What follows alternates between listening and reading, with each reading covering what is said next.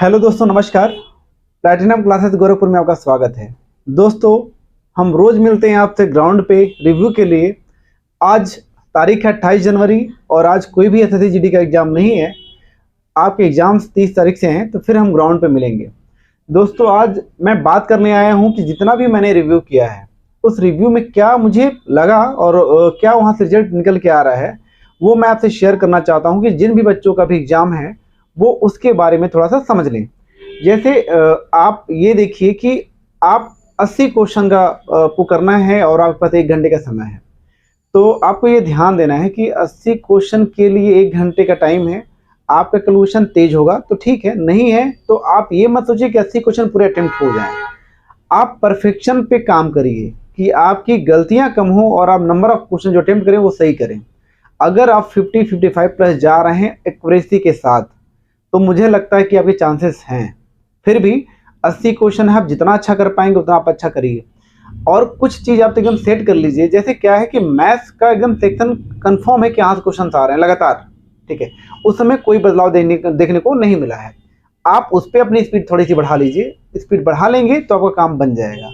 और उसमें से आप एक पोर्शन को देखिए कहाँ पे आपको दिक्कतें होती हैं, उस पोर्शन को छोड़िएगा।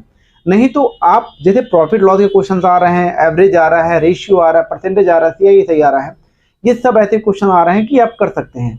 किसी किसी क्वेश्चन के सीआई में थोड़ा सा कैलकुलेशन आ जा रहा है या कहीं डेसिमल यूज कर रहा है, तो डेसिमल को भी हटा के कैलकुलेशन करना आसान होता है, वो आप कर सकते हैं अगर आपका थोड़ा प्रैक्टिस है तो। आप, मुझे लगता है मैथ में आराम से 15 क्वेश्चन कर सकते हैं जितना टाइम मिल रहा है। उसके बाद रीजनिंग सबके लिए नॉर्मल है, तो रीजनिंग सब कर रहे हैं, कोई 18, कोई 19, कोई 20। तो आप ये सेट कर लीजिएगा कि उसमें 18 प्लस होने ही चाहिए आपके, ठीक है। 20 कर लेंगे वेल एंड गुड है, बहुत अच्छा है। लेकिन अगर आप 18 भी करते हैं तो आप वहाँ से बहुत अच्छे हैं, ठीक है। 15 क्वेश्चन आपने मैथ्स में कर लिया। उसके बाद बच्चा हिंदी में, तो हिंदी तो बच्चे हर शिफ्ट के बोल रहे हैं कि पेपर बहुत ईजी है। और मैं खुद रिव्यू कर रहा हूँ, आप मुझे लगातार देख रहे होंगे हर शिफ्ट में बच्चों से रिव्यू करते हुए, तो हर बच्चे की जुबान पे एक ही बात है कि हिंदी बहुत ईजी आ रही है। तो हिंदी सबके लिए ईजी है। तो आप ये समझो कि जहाँ वीक, मतलब जो इजी पोर्शन है उसको कवर करिए ना आप। हिंदी 20 क्वेश्चन, रीजनिंग आप 18 क्वेश्चन मान के चलिए, 38 हो गए। फिर आपके 15 क्वेश्चन आप मान के चलते हैं अगर मैथ्स के, तो 38, 48 और 5 कितने हो गए, 53 क्वेश्चन। 53 क्वेश्चन तो आपने कर लिए। 53 क्वेश्चन के बाद जो जीएस वाला पोर्शन है, उस जीएस वाले पोर्शन में हर बच्चा जो थोड़ा बहुत जीएस पढ़ा है वो 10 क्वेश्चन तो कर सकता है, वो 10 क्वेश्चन कर सकता है। तो आप 63 तक पहुंच जा रहे हैं। क्लियर है। आप और अच्छे जीएस में होंगे तो 12 क्वेश्चन, 13 क्वेश्चन कर लेंगे। जीएस वाले पोर्शन में बच्चों को दिक्कतें हो रही हैं क्योंकि उसका कोई पैरामीटर सेट नहीं हो पा रहा है। बाई इलेक्शन के क्वेश्चन पूछे जा रहे हैं, कभी कर्नाटक में, कभी यूपी में, कभी बिहार में। तो बच्चे सेंट्रल लेवल का एग्जाम दे रहे हैं।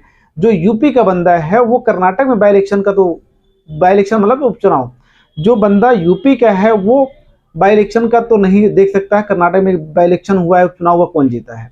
जैसे यहाँ पे अभी गोपालगंज के बारे में पूछा गया था बिहार में कि गोपालगंज में कोई उपचुनाव हुआ है तो उसमें कितने विजय प्राप्त की है। तो ये बताइए बिहार के बारे में कौन जान सकता है, यूपी वाले ज़्यादा, ठीक है।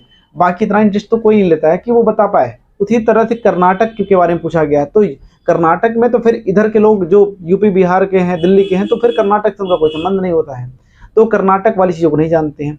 तो वही कह रहा हूँ मैं, कुछ पैरामीटर जीएस कहते हैं जो सेट नहीं है, जहाँ बच्चों को दिक्कतें हो रही है। लेकिन हाँ, पॉलिटी ऐसा है जहाँ से क्वेश्चन लगातार आ रहे हैं, तो पॉलिटी को आप स्ट्रॉन्ग कर लो। 2 से 3 क्वेश्चन देखने को मिले हैं और लगातार उसमें अनुच्छेद से आ रहे हैं, भाग से आ रहे हैं, मौलिक कर्तव्य है, मौलिक अधिकार हैं, अब उन अनुसूचियाँ हैं, अनुच्छेद कितने हैं, ये सब आप पढ़ लीजिएगा। उसमें से क्वेश्चन लगातार आ रहे हैं।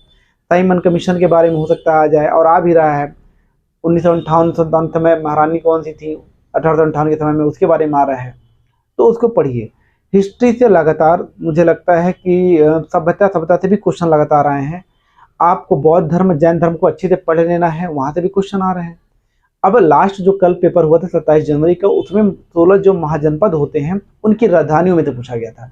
तो ये डीप टू डीप हो गया। अगर आपने बहुत अच्छी तैयारी की है तब आप कर पाएंगे। लेकिन ऊपर जो क्वेश्चन है, 10 क्वेश्चन आप कर सकते हैं। पंचवर्षीय योजना से लगातार क्वेश्चन आ रहे हैं, तो आप पंचवर्षीय योजना को भी करिए, अच्छे से पढ़ लीजिए किस मॉडल पे आधारित है, क्या इसकी थीम थी, क्या स्कीम था, किस पे सपोर्ट किया गया, किसको समर्थन दिया गया उस चीज़ में, इसके बारे में पढ़िए। किस डेट से किस डेट तक चला है, उस समय प्रधानमंत्री कौन थे, ये सब चीज़ें पूछ रही हैं डीप, थोड़ी सी डीप जाके, तो आपको ये पता होना चाहिए। इकोनॉमिक्स से लगातार क्वेश्चन है, जनसंख्या से भी लगातार क्वेश्चन आ रहे हैं, तो जनसंख्या के बारे में पढ़ना है आपको। जो बाई इलेक्शन या इलेक्शन चुनाव हुए हैं हर राज्यों में, उसके पूछे जा रहे हैं, तो जो आप कवर कर सकते हैं, जैसे भी जितने भी राज्यों में रिसेंटली चुनाव हुए हैं, ठीक है, उस चुनाव में कौन मुख्यमंत्री बना है, कौन राज्यपाल बना है, उसको आप पढ़ लीजिए। उस राज्य की कैपिटल क्या है, राजधानी क्या है, उसको आप पढ़ लीजिए।